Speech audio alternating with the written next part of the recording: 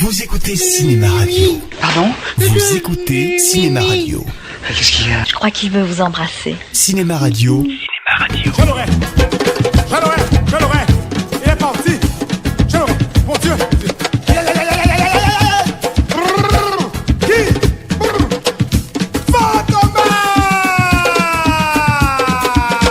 Louis de Funès ou l'art de la grimace cinématographique. Il décide tout bonnement.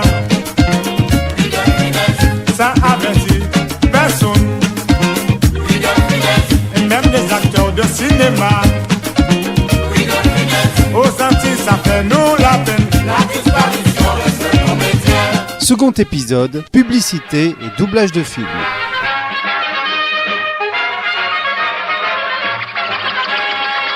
À partir de 1946, De Funès apparaîtra également dans quelques publicités diffusées principalement au cinéma avant le film, et ce jusqu'au début des années 60. Moi j'ai eu des mauvais moments. Moi j'avais l'âge de les subir, les mauvais moments. Je les regrette pas, ils étaient très bien. Puis ils m'ont appris mille choses. Louis de Funès au micro du Barbier de Nuit en 1969 sur Europe 1. Mais quand ça marchait pas pour vous, reconnaissez que le téléphone sonnait beaucoup moins. Ah, rien du tout, il y avait ma mère qui m'appelait. On s'était acheté un téléphone mural. Alors je disais à Jeanne, je disais, regarde le téléphone, puis regardez ce téléphone comme un objet d'art, on n'avait pas honte. Et quand ça sonnait, hop, allô, comment tu vas? Ah, je dis, tu vas bien? Oui, ça va bien. Enfin, espérons. Ma mère disait toujours espérons. Et on raccrochait, c'était fini. Et bien, j'avais foutu un tabouret en dessous le téléphone. Et j'attendais toujours ce coup de téléphone qui ne venait pas. Si on peut penser au premier abord que cette activité était purement alimentaire, elle permettait à l'acteur de rendre hommage à ses modèles du cinéma muet dans de petites scénettes visuelles, malheureusement absentes du cinéma comique français de l'époque, toujours très verbales. Et bien entendu, ces publicités sont l'occasion pour l'acteur d'apprendre à domestiquer son corps et sa gestuelle, qui joueront une part primordiale dans ses futures comédies. Citons notamment celle pour les cigarettes Visa en 1946, sortie uniquement en Belgique flamande, et où l'acteur tente d'abattre un mur. Mikt Opros. Rookt Visa. Puis ce sera pour la brillantine Cadorissin en 1947 que Louis interprétera un joueur de cartes en compagnie de son futur interprète de la soupe aux choux, Jean Carmé. Deux piques. C'est à vous, monsieur Duret. Deux piques. Trois Cadorissins. Quand je vois les cheveux cadoricinés, excusez-moi, je suis sur la tête. La brillantine Cadorissin rendra vos cheveux, vos essaims. En 1950, il campait un personnage assez proche des héros du cinéma comique muet, s'acharnant sur une pauvre voiture dans une pub Volkswagen. Avec Volkswagen, pas de problème. En 1955, il incarnait un pompiste dans la pub Martini, un rôle complètement muet cette fois-ci. Avec Martini, le monde entier chante et sourit. On envoie de New York à Paris, y a rien de meilleur qu'un vrai Martini. Et si vous voulez régaler vos amis, offrez un Martini.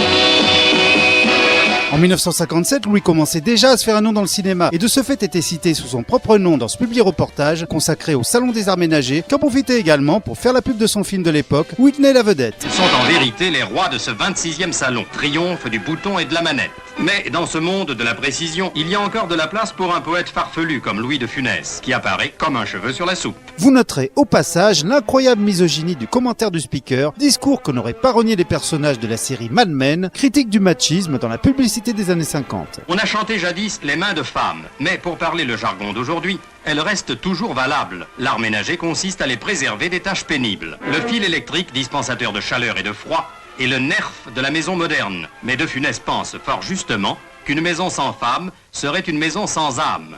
Elle est aussi utile, dit-il, qu'un mouchoir de papier lorsqu'on souffre d'un rhume de cerveau. À cela près qu'on ne s'en débarrasse pas aussi facilement. En 1958, c'est à nouveau Volkswagen qui refait appel à ses services.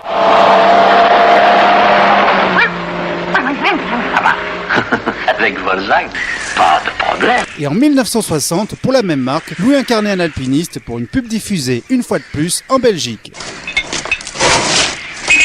Met Volkswagen, geen problemen.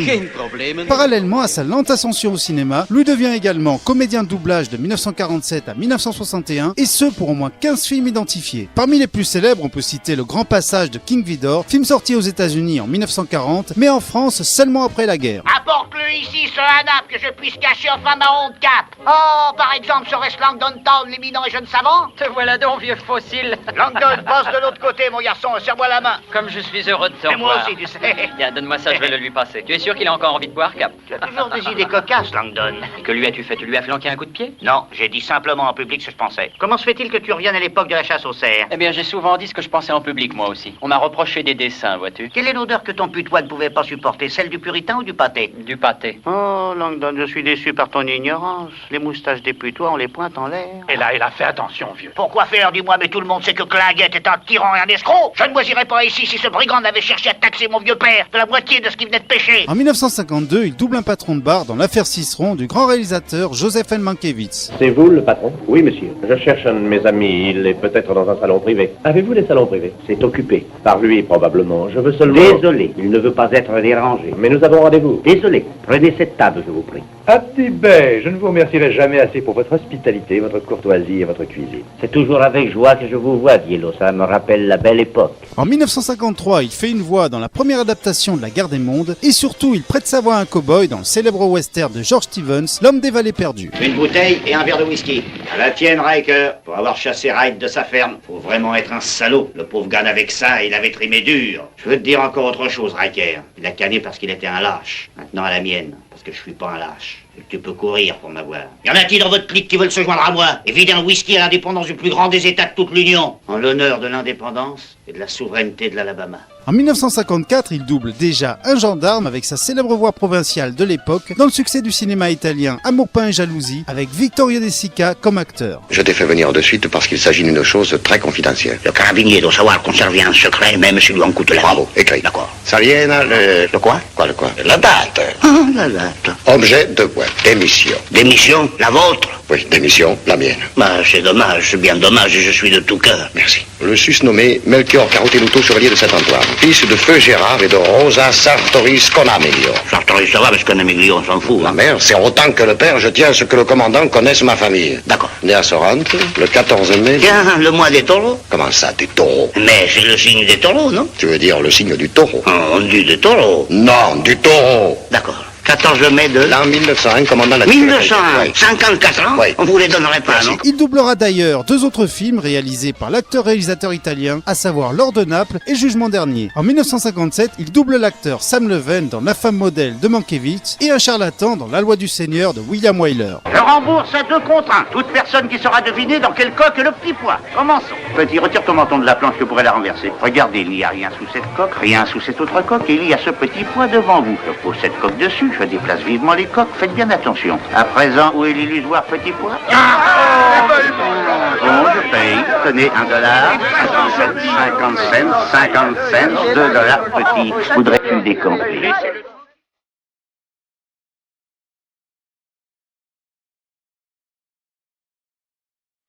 C'est déjà la fin de cet épisode, je vous retrouve très vite pour la suite de notre grand feuilleton consacré à Louis de Funès.